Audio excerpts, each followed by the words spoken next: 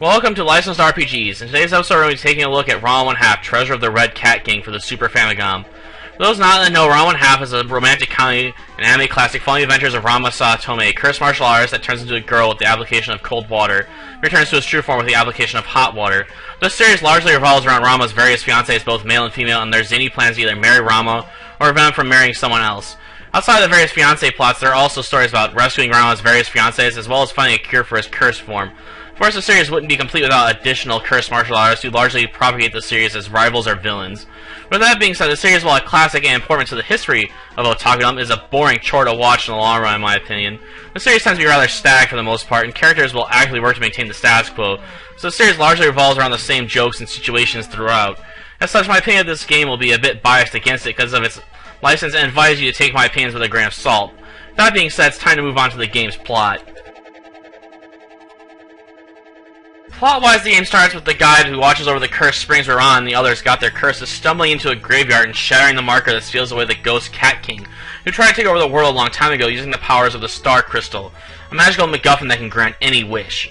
Of course, with the marker now shattered, the Cat Ghost King tries to reclaim his lost power and begins his quest by capturing various powerful martial artists such as Ranma's father, and brainwashing them or buying them off to be his servants. The goal of these servants is to locate the 3 pieces of the Star Crystal in order to bring them back together and restore its power so that he may once more rule over the world with an iron fist. Of course, Ranma gets dragged into the story after his father is kidnapped and joins up with his various rivals and fiancés in order to put an end to the Red Cat Gang. Of course, Ranma's main interest in the gang is to acquire the Star Crystal for himself in order to rid himself of this curse.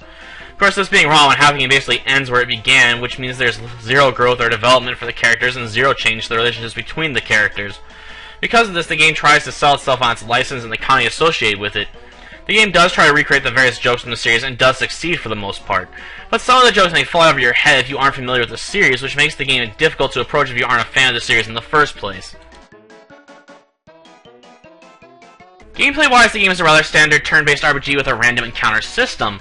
The game does make a few changes to the standard formula. The first change that you'll notice is that the game utilizes a key gauge instead of an MP or SP gauge. While the key gauge does serve the same basic functionality, it recharges by simply walking around and will even fill up during combat if you choose to defend for a turn instead of attack. Another small change in the formula is that the combat order is dictated by speed, and a sufficiently fast character can get in multiple attacks before the enemy gets a chance to retaliate. The only other positive for this game, outside of those slight changes to the standard formula, is that you can save anywhere you want. This makes the game much easier to pick up and play, and makes the game feel like a more modern title, to be honest, since you don't have to go find a save point in order to protect your progress. On the standard side of things, the game has the playable cast, which is comprised of 6 characters, which are Ranma, Akane, Shampoo, Moose, Ryoga, and Gemma, who all fall in the typical RPG roles, to be honest. Ranma and Ryoga are both damage dealers, albeit Ranma has more attacks that focus on a single target, while Ryogas tend to hit the entire enemy party. Akane is your cleric, and as such tends to blow chunks when it comes to dealing damage. Shampoo is your jack of all trades, and probably the fastest character in the game, but because she is capable of filling any role, she doesn't excel at any of them. Moose is your pure support character, to be honest, with special attacks that boost the defense or offense of the entire party. And that leaves Gemma, who is largely a comedic character, which means he's not good at really anything in this game, so you shouldn't use him, even if you have the opportunity to do so. On the downside, the game has a highly limited inventory system that doesn't stack your various HP and key restoring items, forcing you to decide between items that lower your enemy's stats or simply sticking with items that can be useful in rather long boss battles that persist throughout the length of this title. Another major downside to the game is that it doesn't explain what your various items or special attacks in this game do. About the only exception to this rule is items bought at a shop, but several of the items can only be found in chests inside of dungeons such as Akane's lunchbox. And unless you're familiar with the show, you wouldn't realize that Akane is a horrible cook, and that her lunchbox works as an instant death spell.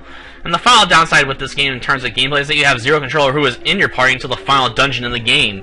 Though before I move on to the graphics and sound, I do feel need to bring up one final positive, and that the game incorporates the curse forms into the game. In fact, you can only advance through or enter certain areas if your characters are in their cursed forms, so it does manage to add a few easy puzzles in the mix of things, which is always nice to see in my opinion. In terms of graphics and sound, the game is rather poor, to be honest. While the sprites are easily identifiable, they also feel a bit lacking in terms of detail as well. Also, the game tends to feel rather dull and subdued in its color palette. This is especially true when it comes to the various dungeons, which all tend to look like dull brown caves, except for a few exceptions. On the sound side of things, the game is just forgettable. In fact, you'll largely forget them as soon as you turn the system off. In fact, the only thing that stands out is the fact that none of the characters voice their special attacks in this game. Overall, the game is just a rather standard turn-based RPG with a few slight changes, and sells itself with its comedic humor associated with its license. Because of this, I can only recommend this game to fans of the franchise, and would tell others largely to stay away unless they're diehard fans of old-school RPGs. I also tell people that don't like the Ranma 1/2 franchise to stay well away, because you definitely wouldn't like this game.